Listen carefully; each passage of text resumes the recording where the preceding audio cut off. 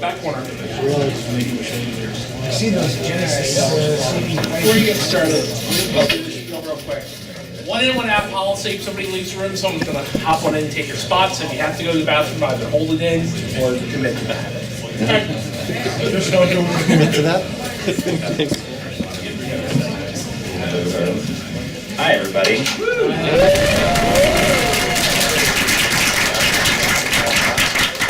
From MLiG Gaming. I'm Troy. And so I kind of asked everybody outside, is who here is familiar with our series? Can I get a raise? Okay. we have the intro video, but we're not going to show it because that's just like a waste of time. So about 2 years ago, we did a panel here, and it kind of turned out that people just wanted to ask questions instead of just like watching a presentation. So we're just going to open up the room, and whoever wants to ask questions about stuff, we will answer as best as we can. This gentleman right here.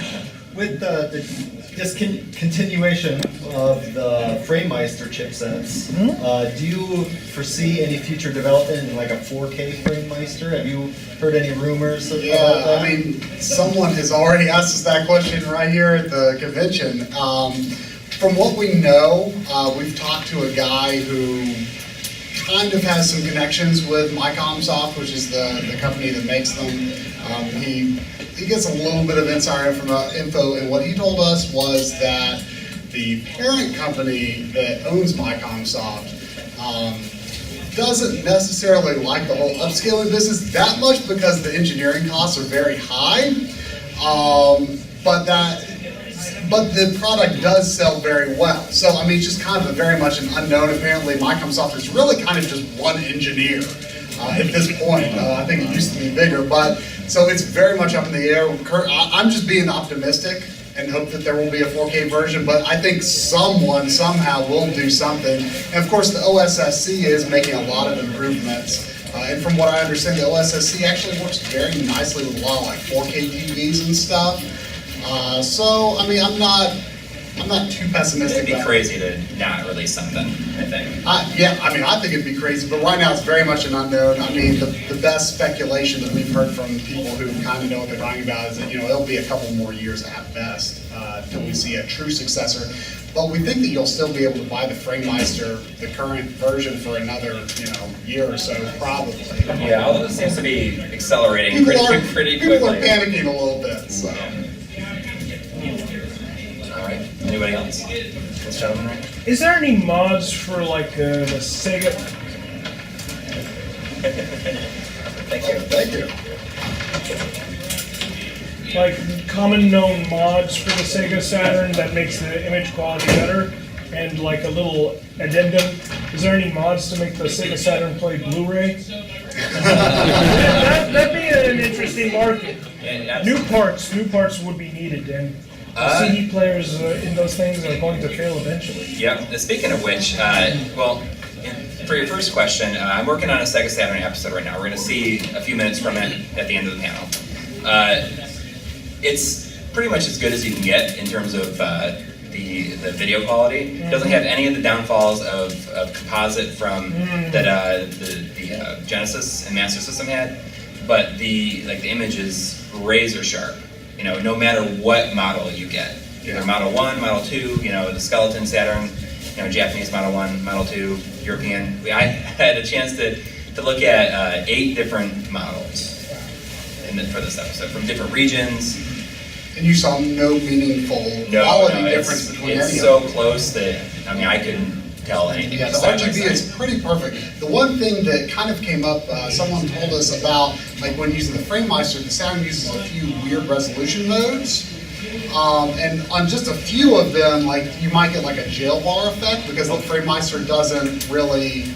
Only with the FrameMeister it seems. Right, the FrameMeister just doesn't sync those resolutions correctly, but I think with any other solution you wouldn't see those, and I think it's only in a few games maybe. I'm not, like he's a Saturn expert. Yeah, it's supposed to, this is really, really recent that he found this out. It's the guy who does the NES, the profile, the color profiles. And also does the Firebrand X, does the profiles for the frame. Yeah.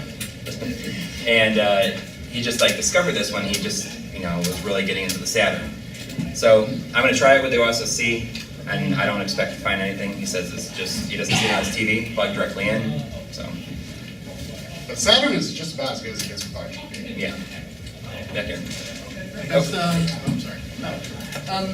There's been, at least from what I've read, like on assembler game forums and stuff, like there's been comments about how the PlayStation 2 tends to process video and how, especially in PS2 games, like video looks kind of muddy. Have there been any developments as far as like getting like an HDMI mod or like something that lets you pull video straight from the No HDMI as far as I know. Yeah, not that I've heard of.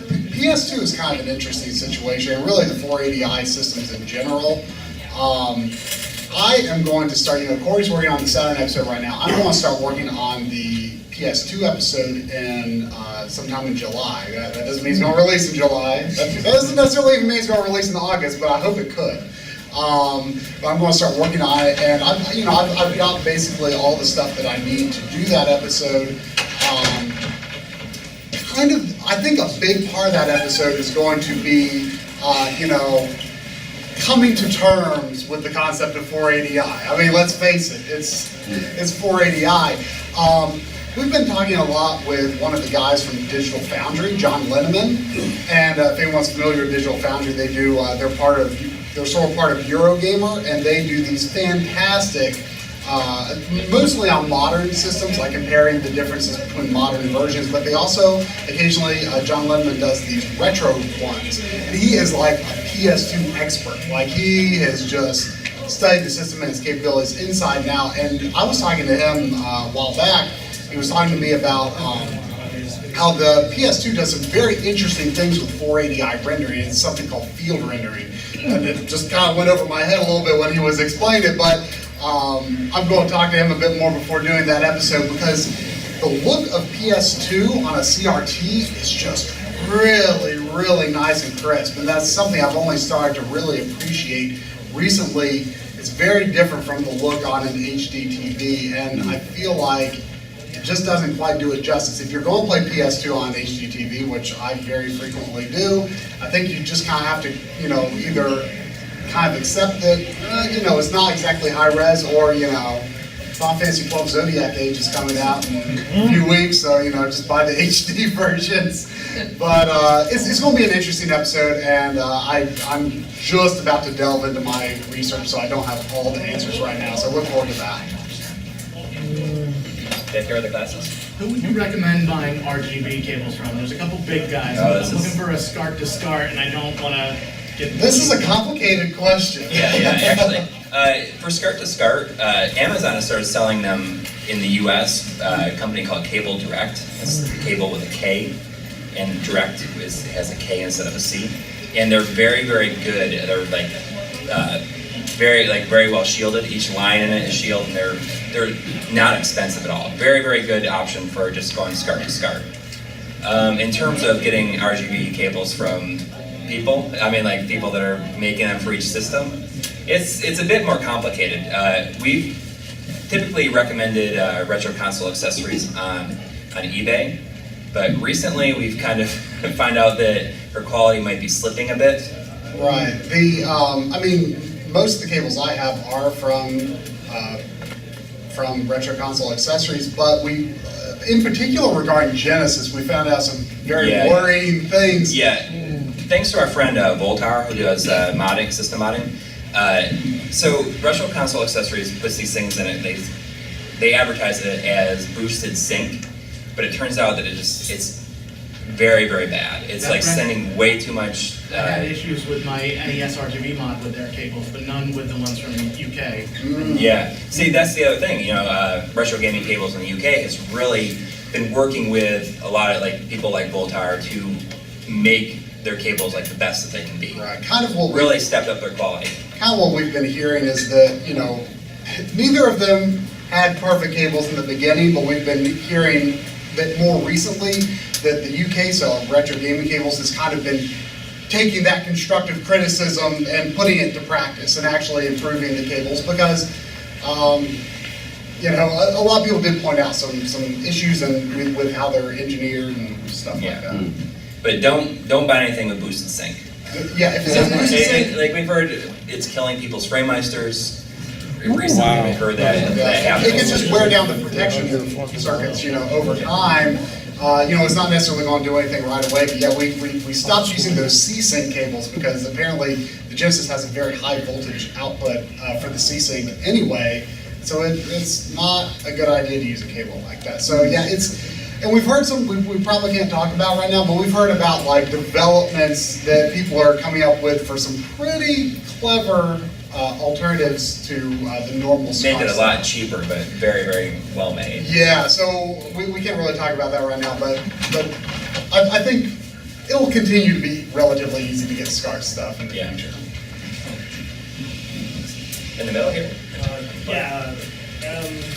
Probably not going to get much anything, but is there any news on a GameCube HDMI plug and play? Well, that's another complicated answer. I think that our GameCube was probably a bit premature. The GameCube episode, yeah. Yeah, did I say GameCube? You said our GameCube was premature.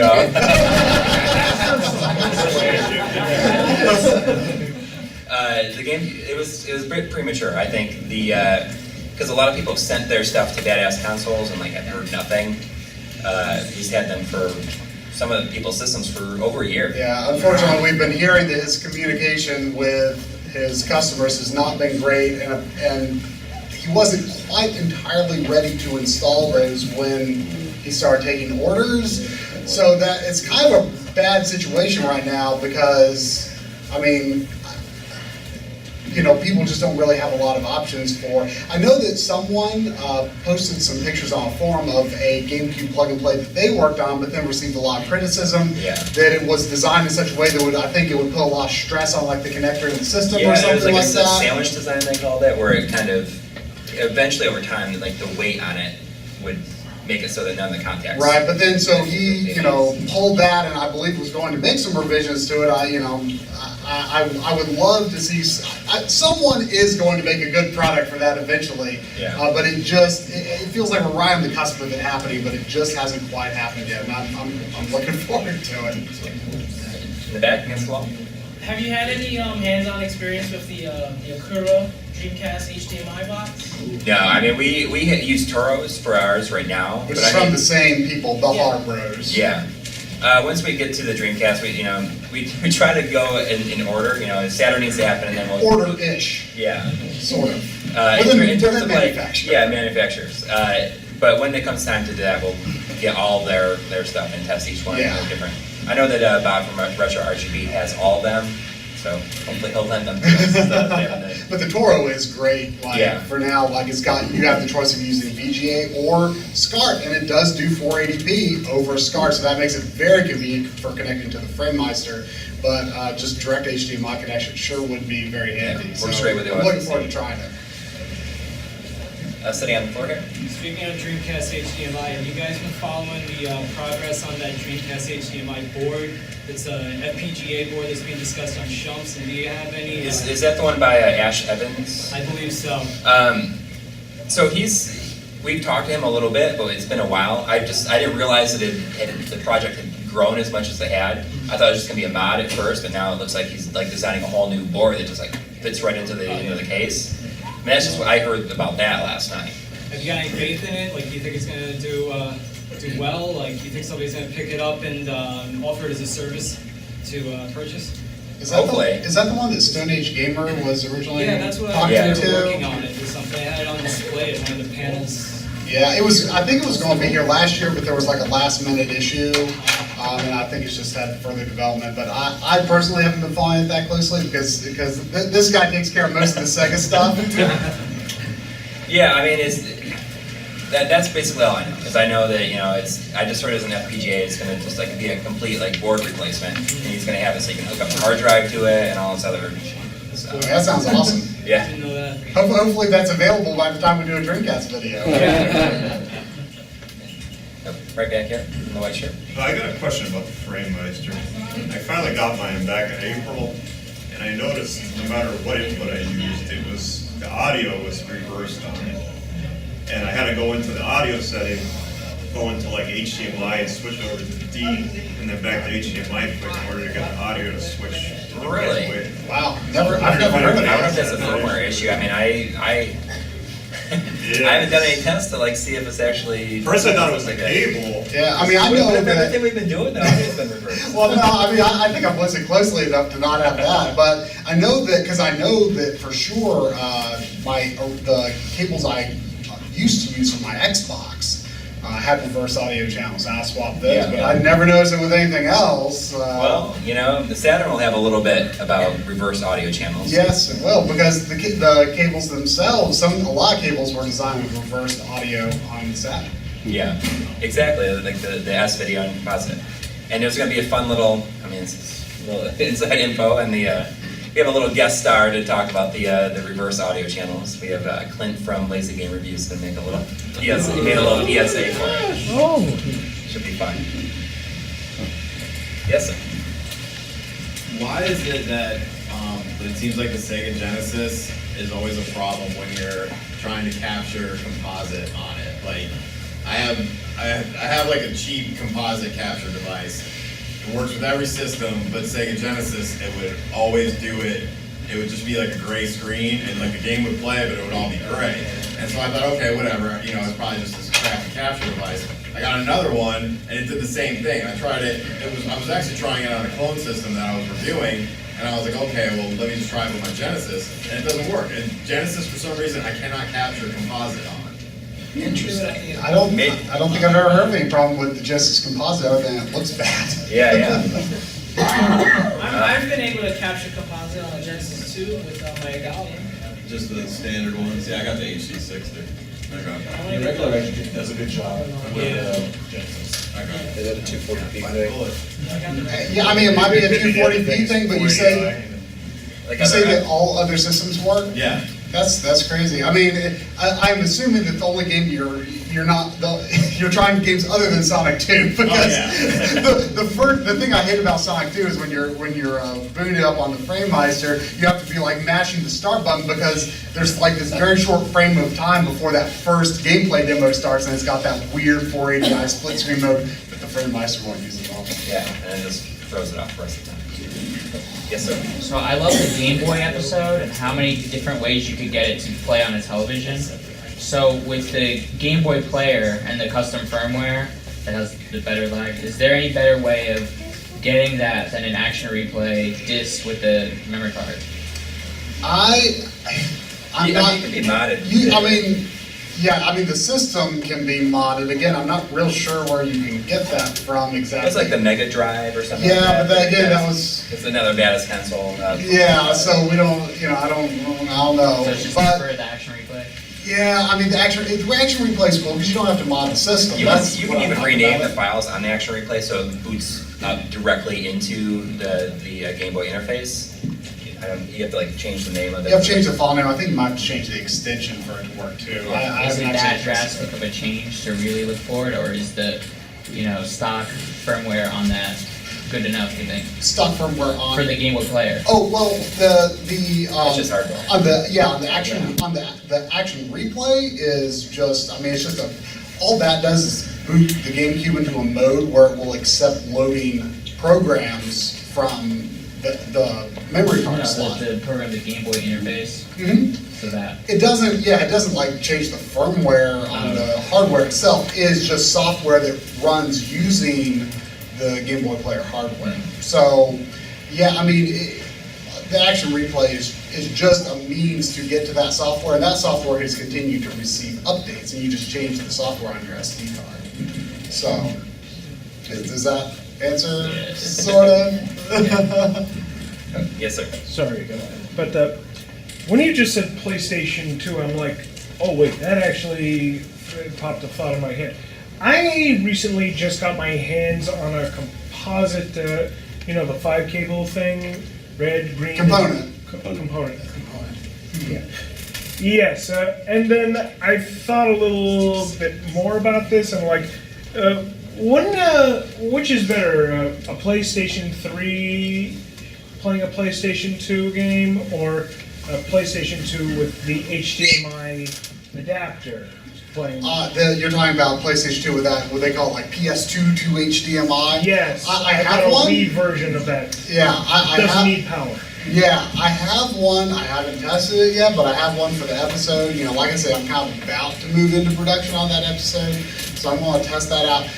It's for the PS3. We're also borrowing a launch PS3 from a viewer of the show, so that it will have the hardware-based backwards compatibility as well. I personally own a software backwards compatible PS2 or PS3 with the software backwards compatible with PS2 hardware, or I shouldn't say hardware, but whatever. Yeah, so we're going to be comparing all those things.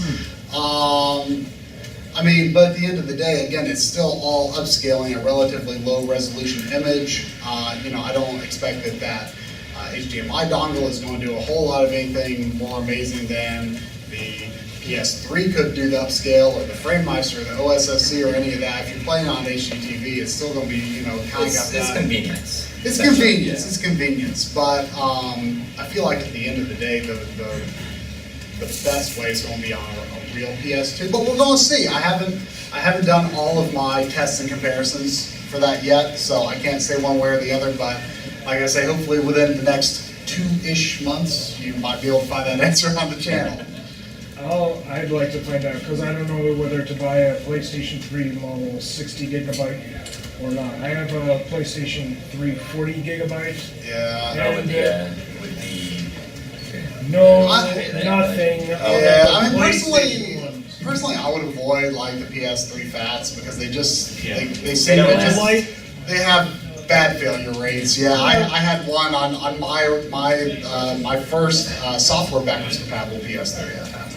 Get a lead solder upgrade. Just replace the solder on that. Get the lead solder stuff. There's like kits for this. Nice kits, $200 kits. You can fix as many Xbox or PlayStation 3s as you want with lead solder. Yeah, I just very much. All right, you sir. What's your experience with Atari Jaguar and RGB? Not a lot, but it is in the plans. I have a friend that we go way back, and he has like a complete collection of our Atari Jaguar games. You know, he has like all this stuff that is like unreleased. I bought a cable from the retro gaming cables in the UK because Console Accessories doesn't sell one. No sound, or sound, no video, directly into a FrameMeister. Once I got the G-SCART switch, put it in, sound, no video, but if I unplug it from the Jaguar while it's powered on and plug it back in, I get video and sound. And I haven't found anything of I can't wait to get to that. And the only cable I've been able to use, I mean, you can buy like original French SCART cables for it, but I haven't. I mean, Interesting. it works enough to play Super I know Mario that the guy Bros. that I know has a official one, so I mean, we'll see what happens. Yeah. That sounds pretty exciting. Bad Kitty. Anybody else? Yes, back here. I have a question with the original Xbox. Right, currently I run a component into a 4K television. I fortunately do have GameCube component cables as well as the HD Retro Vision guys, their Genesis. And I run all of them through a switch, which then goes into the 4K television. But I noticed when I run my Xbox into the switch, there's green flickering during games. It doesn't happen on the dashboard, it's just during the games. Is there any reason why that would happen? Are the component cables something you got like off of like Amazon? Or No, they're Microsoft. Interesting. It's not the high def box. It is the high def box. Okay. Because I just got one of the boxes, and I have official like the cables, the full set of cables that were released as well. I mean, that's something when we get to the Xbox episode, we'll be comparing those two because that's it. I'm really interested to see if there's any difference because you know you have to use like kind of your own cables once you go out of that box. Yeah. But does the Xbox menu run in 480p if you have a it boots up in 480i. Yeah, I'm just trying to think about what would change when it boots into the game. I'm certainly not an Xbox expert, but yeah, we're going to get there. Yeah. Yeah. Yes, sir. I'd just like to add to that because I got a PVM recently and I connected the Xbox running component. I watched your episode and I decided to run a components cable or anyway, I ran a component cable to it, and I got that HD box that you're talking about. And yeah, I have just a non-stop green image, even on the PVM. It's just solid green. Interesting. I have their like the official cables, the official like set of cables, and not the box, and I have not run into any problems. Yeah, I think that was the official Microsoft one also. That component one that it says Xbox on it, like it's officially from them, and it has the component cables. I don't know, it just came as a package. I bought it a long time ago. Right, it's like the high def path or something. I think so. Yeah, and it's just a solid green screen through. Interesting. I know that Joe Rediford from GameStack uses that. He doesn't have any problems, but he doesn't use a PVM either. So, if anyone watching the recording of this video has any tips on that, please leave a comment on the video because we'll need to know that for the future. Yeah. It's amazing the amount of stuff that we learn just from people saying, oh, hey, don't forget to do this, or I run into this problem. And it gives us always something to look into. It's almost never ending. Yes, sir, against the wall. Have you guys ever considered looking at a lot of the HD remakes that have been coming out for modern systems and maybe comparing them to if you were to run that same game on a FrameMeister or See, other that'd be a lot of fun. Yeah, I mean, and absolutely, PS2, of course, got a ton of those on PS3, and now they're getting more on PS4. As we mentioned earlier, Digital Foundry, like DF Retro, is doing a lot of cool stuff like that. Yeah. I mean, they have like this custom software to like analyze the frame rate, and you can see where the drops are on each one. It's really, really cool, like beyond what we'd be able to do just in our homes. Yeah. The reason why I bring it up is because the one Digital Foundry article that stood out the most is when they looked at the Silent Hill remake, the remaster, I should say, and they were like comparing it, like, and how much it had changed and drastically, and Right. probably just better off just getting the original PS2. Yeah, absolutely. I mean, I got rid of my remake, or the ports, and just got the original ones. Yeah. I just got like a week and a half ago Silent Hill 2, the PS2 version. But yeah, expect, I would say, a lot of comparisons of like HD ports in the PS2 episode, because there are a lot. I mean, I feel like, there's a lot of great smaller things that never will get ports on the PS2, but a lot of maybe even a majority of like the key PS2 titles, like they are available on other systems in HD, so that's kind of cool. Anybody else? Sorry. Just two questions. I was watching your NES RGB versus NES HDMI, and it's kind of hard to tell over YouTube. You yourself, you had to pick. What would you say? Is one superior over the other, or are they both going for the FrameMeister? You can't lose either way. I prefer to use just RGB because I play on a PVM most. I just use my FrameMeister to capture essentially. But if you're playing on HDTV, I mean, it's again, that's a complicated question. I primarily use my RGB NES.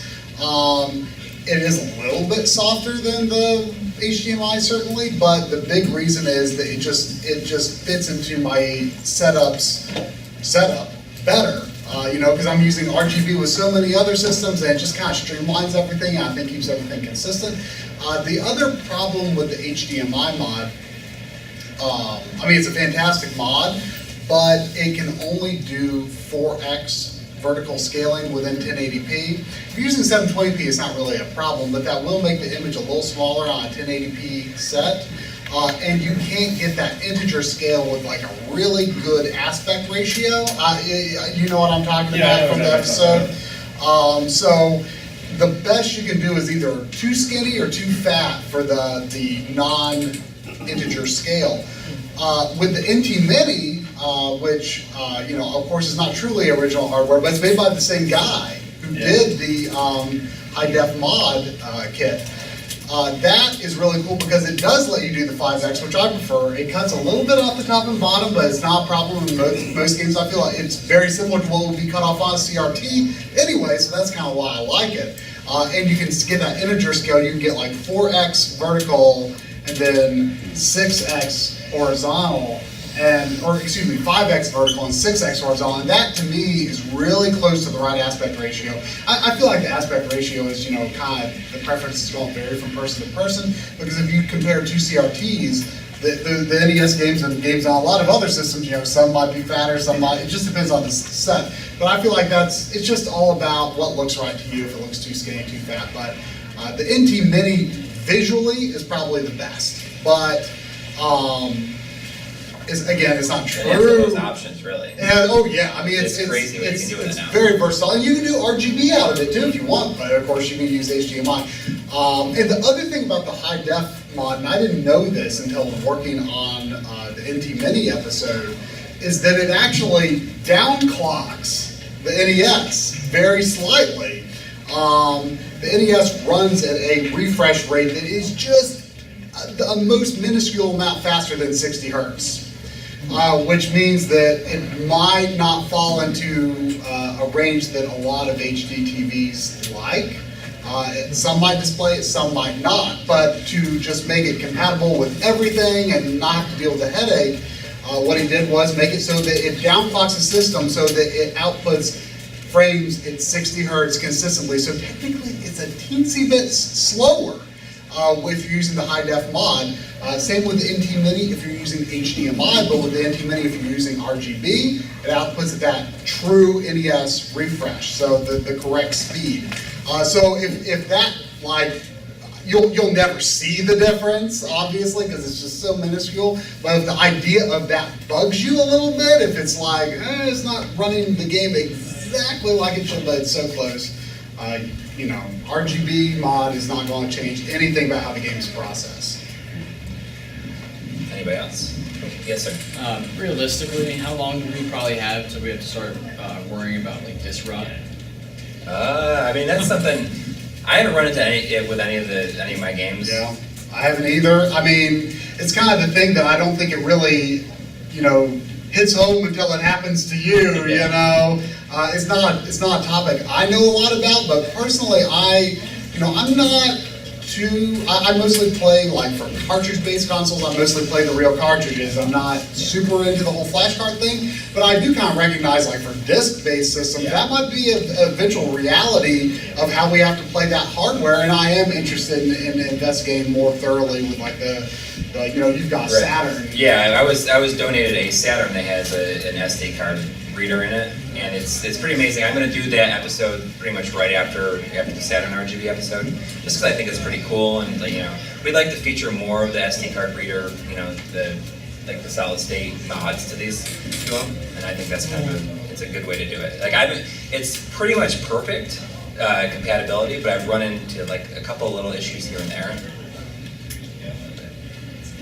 Anybody else? Yes, sir. I have the PSIO, which is, you're limited to 32 gigs, so it's what 10 gigs do I really like? Yeah. It's I don't know if you've heard of anybody that's figured out a way to get hard drives. Are you limited to 32 gigs because of the actual hardware or because of the FAT32 limitation? I believe it's either the limitation of the hardware or something like that. Because I found a way that there's you can format the larger SD cards with FAT32. There's a special program to do it. The Saturn one uses uses FAT32. But I was able to format it in such a way that I could put a 128 gig card in it. And put a ridiculous amount of games in half full. Anybody else? What's our time looking like? Do we know? We've only been going about 35 minutes. Okay. The Saturn video is 5 minutes. Yeah, it's 3.5 minutes. Okay, anybody else? Oh, yes, sir. With the Saturn episode you're working on and the SD card readers, do you have more information on the plug and play that the guy had cracked the? Dr. Abrasive? Yeah, he's the one that cracked it. So he's doing a plug and play. I know that he's working on it. I know he has a Patreon. They can, so he's dedicating to it full time. I don't really know too much about it. I'm looking forward to it. I'll probably go back to using my non-SD card mounted one as soon as that becomes available. I like having the option of playing the actual game discs.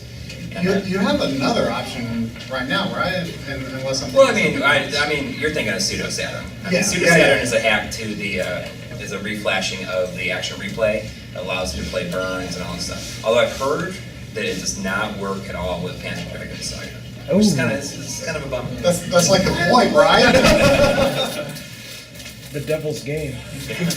I saw you had a question, sir. Yeah, I'm just curious also, RGB SCART versus component, how do you feel, like, is RGB SCART always win over the component option, or? In my opinion, it does. It does in the sense that, you know, a lot of people, we get a lot of comments that's like, you guys don't give component enough credit. Component is mathematically equivalent to RGB. And, you know, from what I understand, that is more or less technically true. But the difference with RGB is that it kind of just tells the, you know, the scaler or the PVM or whatever it is you plug it into. It's like, this color, it's this color. And your TV's like, okay, that's the color I'm going to show. With a component, you have a lot more control, or you have to really kind of tweak the colors to exactly match what RGB would be. Component is a lot more, you know, as big of a hassle as this whole thing is, component really is kind of just, once you plug it in, the image looks like it should in terms of color and quality. Or, yeah, what did I say? You were saying component. Or, yeah, RGB. Yeah, RGB is just, you know, it just is what it is. And it's kind of no fuss once you plugged it in. Right. So, I mean, but in terms of sharpness, like, I don't think there's any example of like the RGB is sharper than the component output from a system. Yeah, and we will be comparing, you know, Saturn RGB versus, you know, HD Retrovision is releasing a dongle for the Genesis cables. It plugs in. We had a chance to mess with the like the final revisions, the ones that are going to be available pretty soon, probably even before the episode is out. I don't want to. Hopefully not. Yes, sir. They sent an email. Oh, really? 3 weekends, including this weekend, it's rolling out. Oh, okay, okay. Actually, you know, Nick from HD Retrovision was supposed to join us today, but he got a nail in his tire. Good excuse. If you had to pick one RGB monitor to have for the rest of your life, and which would it be and why? I think we both probably picked the same thing as the Sony PVM 20L5. I was able to get one for free. A friend gave it to me. Like, he said, you know, they're throwing. He works at a news station. Said, oh, they have a whole bunch. They're just going to take them to the trash. So I may grab you one. Yes, yeah, because that was the first one I ever got. That was before we really even quite understood just how good they were. Yeah, and it even sat in my house. I didn't even hook it up for like months. Yeah, but now you play on it all the time. Yeah, it's like I'll play on it because, you know, it can do up to 1080i. 480p on it looks unbelievable. I mean, it's something you got to see in person. I mean, I eventually just had to crack and buy one. Someone did cut me a pretty good deal, but it was still a few $100. But you know. They're tough to find. I was able to find 14 locally. 14s look really, really good. You know, there's something to be said about playing, you know, like on a 14-inch monitor. You know, it looks so crisp. Good. It's very different. I also have a Megaview Mitsubishi 37-inch one, and I guess the difference in how the picture is done, it's pretty drastic on there. It gets to the point I can't even imagine how much that thing must weigh. Almost 300 pounds. It's insane. It's actually sitting it's in a flight case. I got it off a video production company that was getting rid of $100. I can't even imagine. My wife would go nuts. I have to bring it out to the third floor of the house. It's amazing, but it's loud and very heavy. I mean, like, as it is now, you know, I can't stop buying them if I like see them for a good enough price.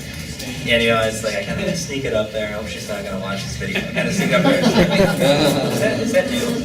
No, I got this. That was just like a friend doing it. Manufactured in 96.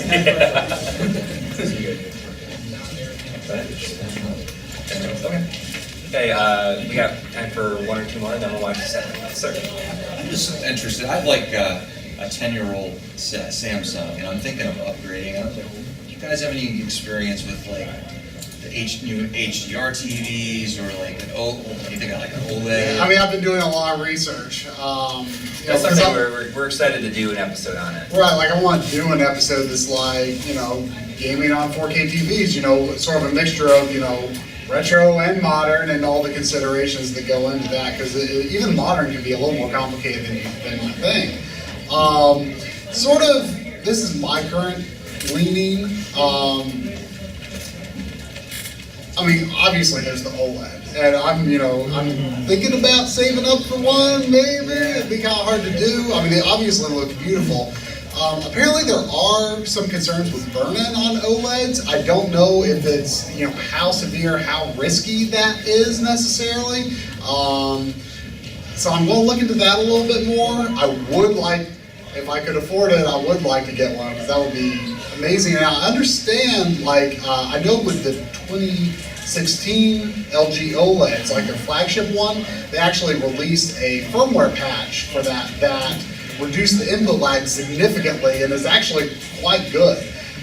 And I believe, John Linneman from Digital Foundry, who we were mentioning, he uses a 2016 LG OLED. And I think he said it works with most the OSSC modes. I can't remember if he said he tested it out. Don't quote me on that.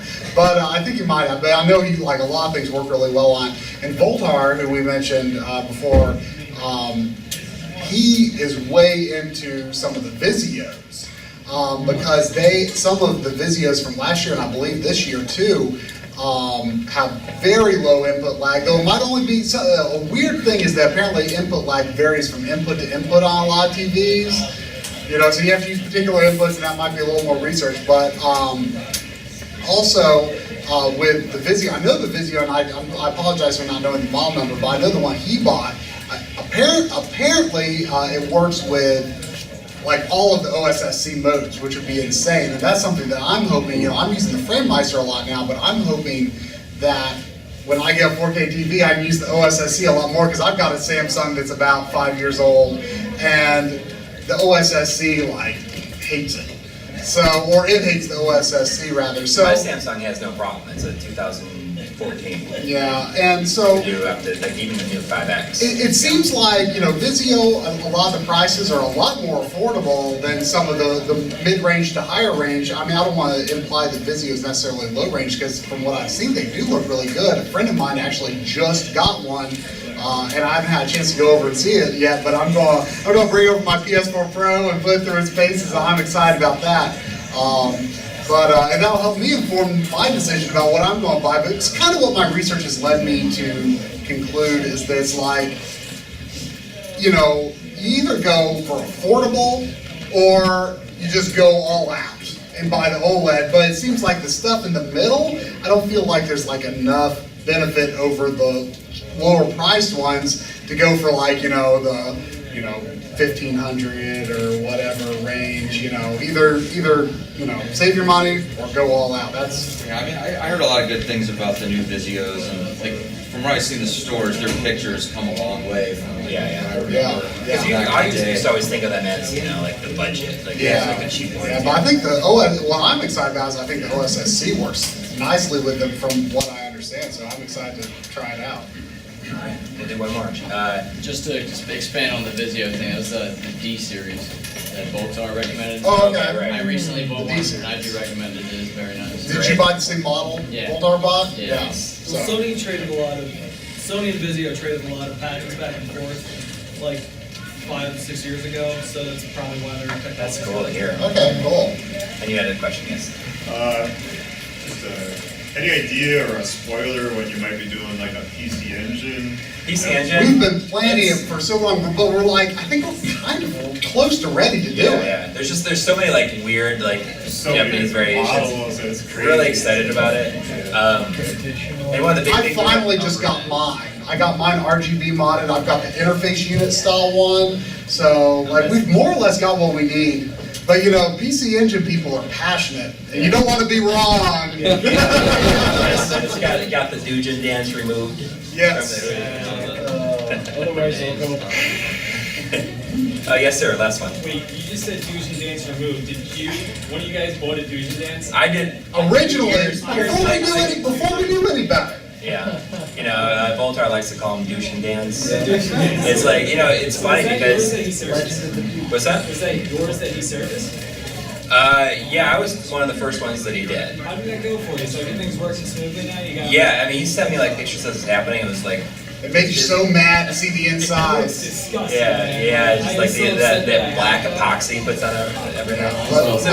Mine was a fresh mod with the interface unit. It's interesting because I think the Doujin dance, he has great reviews and everything because nobody really knows. You know, I didn't know. For It a long works. time. It works at first. Yeah, exactly. Like most people don't think about it. But didn't you report some comparisons, like after you got yours Yeah, back, and you with- saw that like the RGB quality was, you didn't It's like realize, ghosting and all this other stuff. you didn't realize how bad it was at first. Yeah, yeah. You know, you just didn't think about it. So just don't buy.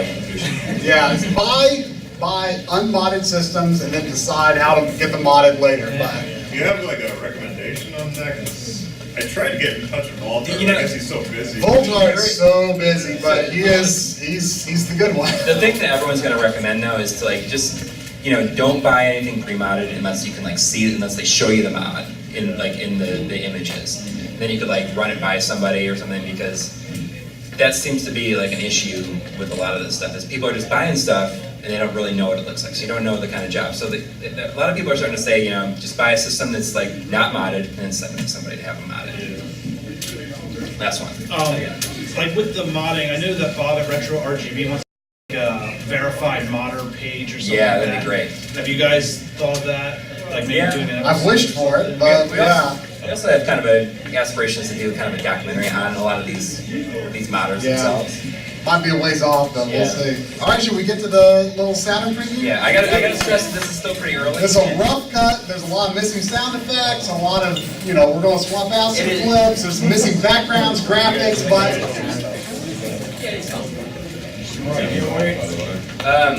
just want to. This is the. This is like the. Don't expect anything revelatory in this. yeah, this is kind of the introductory segment. There's not like, you know, this is RGB, this is composite, this is video. This is like the introductory part that's just kind of talking an overview of the Saturn hardware. Yeah. There's no. You're gonna see. It's in rough shape. That's right. Plug it. We're gonna plug it out, plug it back in. Back it up, back it in. That means begin. You didn't change this, did you? Is it off? No, it's back on now. It says signal. It auto turned off. Did you unplug that and plug the cable back in? What about the HDMI? Unplug it. It was working with the TVs. The TV auto turned off.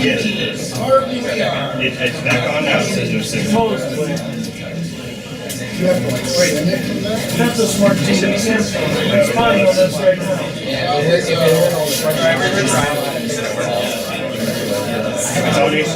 The CIA know what we're doing.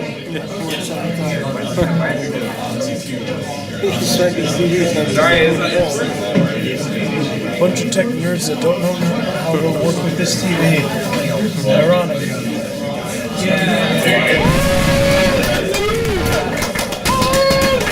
All right, here we go.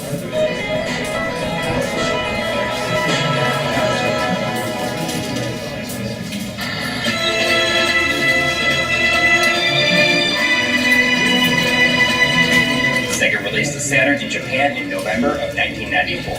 Defined by its dark gray color and oval-shaped buttons, it was originally designed to be a 2D powerhouse, one that could efficiently handle the sprite-based games that Sega had built its reputation upon. But a year out from its release, Sega rushed a redesign of the hardware in order to compete with Sony's PlayStation console. The changes to the architecture were a challenge for developers early on, making it very difficult to wrangle its true power when it came to 3D graphics. However, developers capitalized on the Saturn's hardware strengths and created some of the most impressive 2D games ever made. After a successful launch in Japan, the Saturn was released in North America and Europe in spring and summer of 1995. The surprise North American launch is particularly infamous. For the lack of advance notice upsetting retailers, it has generally been considered an ill-advised move to beat Sony's console to market. The Sega Saturn displays most games at 240p, a progressive resolution compatible with consumer CRTs that works extremely well for low-res, sprite-based games. This was also the norm for previous console generations. However, the Sega Saturn and its contemporary consoles also marked the beginning of regular use of 480i, which was the intended resolution for NTSC televisions. 480i uses interlaced fields to use the full resolution of a CRT television, but the downside is that you might notice a flicker effect. 480i was most prominently incorporated in some of the more polygon-heavy games, especially 3D fighting games like Virtua Fighter. Some games even combine the two resolutions, with the main game displaying at 240p, while the title or menu screens might run at 480i, which can cause some headaches when playing on modern displays, but we'll get into that a bit later. The Saturn has a minimum horizontal resolution of 320 pixels. This caused a few issues for developers when they ported their games over from other consoles, such as having to add borders to Mega Man X3 and doubling every fourth pixel in Castlevania Symphony of the Night. In addition, the Saturn builds its 3D worlds using rectangular polygons, as opposed to the standard triangle-based polygons, which gives the Saturn's 3D games a decidedly different look compared to its competitors. For a deeper look at what the Saturn's hardware can do, Low Scoreboy on YouTube has an excellent series of videos on the subject. The Saturn plays its games from optical CD-ROM media, but it also has a cartridge slot. This slot was primarily used for save game backup and extended RAM cards that were available in two flavors, 1 or 4 megabytes. This might sound a lot like the 8 megabyte RAM expansion pack for the Nintendo 64, but no games were ever designed to use the extra RAM for alternate video modes.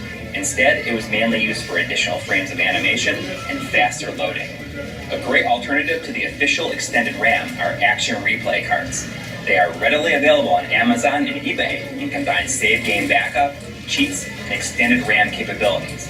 The Action Replay lets you play games from other regions, which is a real boon for gamers outside of Japan because the Saturn's Japanese game library is simply incredible, and generally a lot less expensive. Finally, one more expansion slot is hidden away at the back of the console, inside of the battery bay. Inserting an optional MPEG card allows the Saturn to play back VCDs, a pre-DVD video media that was popular in Asian regions. Only one game took advantage of this card, Lunar: The Silver Star Story, which uses it to display higher quality full-motion video. Most recently, this port has been exploited as a way to hack the system, opening the door to flashcards. Over time, the internals of the Saturn in each region were tweaked and optimized, resulting in numerous revisions of the motherboard. Despite this, each revision provides approximately the same results from region to region. Well, that should make our job a little bit easier, so let's get started.